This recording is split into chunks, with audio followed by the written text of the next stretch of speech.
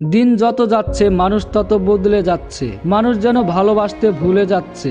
যেখানে বিশ্বাস নামক শব্দটি হারিয়ে যাচ্ছে সেখানে ভালোবাসা কিভাবে বেঁচে থাকতে পারে? যখন কেউ সামনে এসে বলে সে আমাকে নিজের থেকেও বেশি বিশ্বাস করে, আমি বুঝতে পারি না সেই মুহূর্তে ভালো লাগার পরিবর্তে কেন হাসতে ইচ্ছে করে।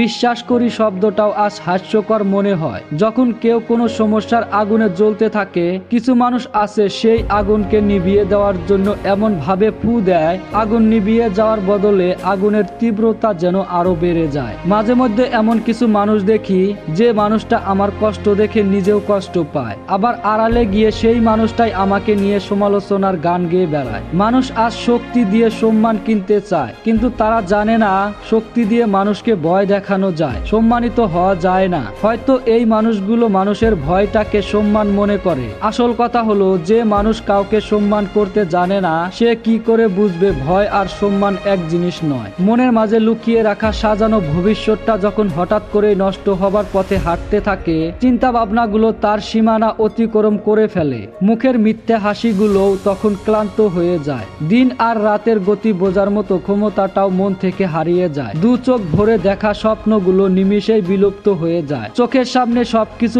স্থির হয়ে যায়, বেঁচে থেকেও নিজেকে মৃত মনে হয়, ঠিক যেন জীবন্ত লাশ। কারো জীবন কখনো কারো পরিকল্পনা মতো চলে না। যখন নিজের জীবনের সমস্যাগুলোও নিজের মতো করে সমাধান করা যায় না, যখন তিল তিল করে গড়ে তোলা স্বপ্নটাও আর বেঁচে থাকে না, ঠিক সেই মুহূর্তে নিজের মনটাও আবেগের সমুদ্রে তার অস্তিত্ব হারিয়ে ফেলে। কিন্তু একটা সময় ঠিকই সেই সমুদ্র থেকে নিজেকে উঠে আসতে হয়, একাই উঠে আসতে হয়। সব সময় পাশে আছি বলা মানুষগুলোও তখন পাশে থাকে না। নিজের সমস্যার মোকাবেলা সব সময় নিজেকেই করতে হয় এবং ভবিষ্যতেও করতে হবে। যার সমস্যা সেই বোঝে, বাকিরা তো গল্প খোঁজে।